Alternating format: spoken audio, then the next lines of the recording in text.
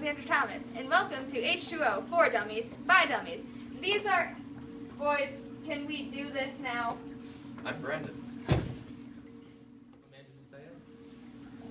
Okay, so, you may be wondering why we're studying water, and that's because all life is created from water, both inside and outside the cells.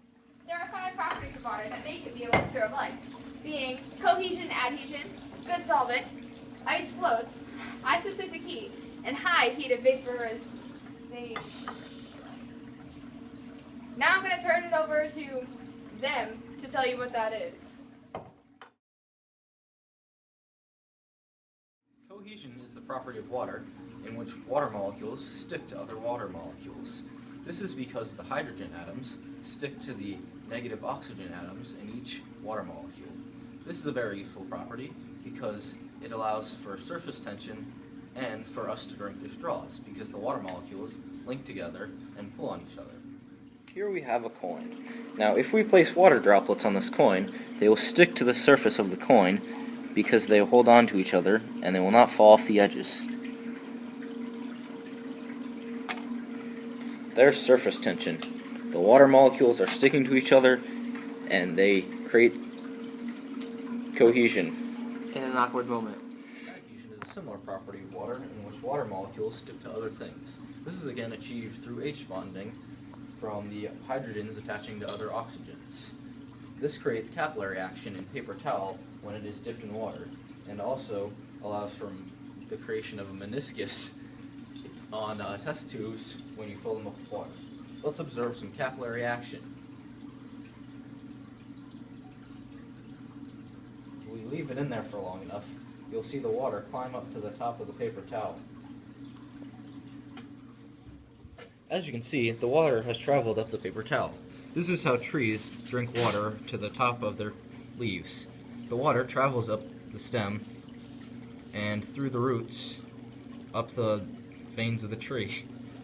Go back. But it works! Water is also a good solvent. This is because it is polar and the molecule is asymmetrical.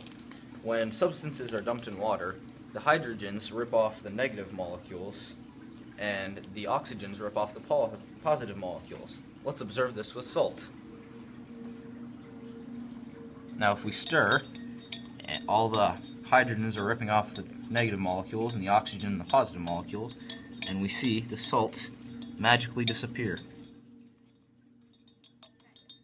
Well, maybe not magic.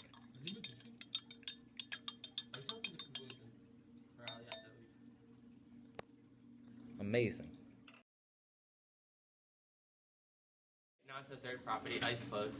Water freezes at 0 degrees Celsius, and the H2O molecules become locked in rigid patterns and have lower density. This allows life to occur because ice floats.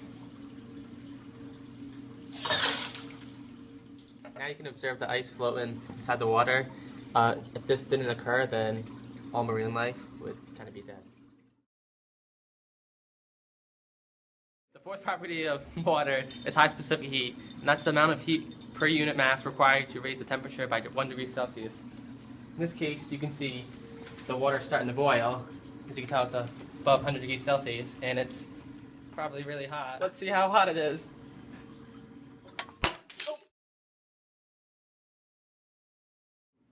Alright, now onto the final property of water, and that's heat of vaporization, and that's the heat required, or it's the amount of heat required to change the state of a substance from a liquid to a gas. At this instance, we have boiling water, which as you can see, it's steaming and boiling, and I'll show you its temperature in a minute. Oh, it's currently going past 80 degrees Celsius, so I'll take it out so I don't catch the paper on fire again. In conclusion, water is very important. All life occurs in water. The 5 properties, once again, are ice floats, good solvent, cohesion and adhesion, high heat of vaporization, and high specific heat. Thank you.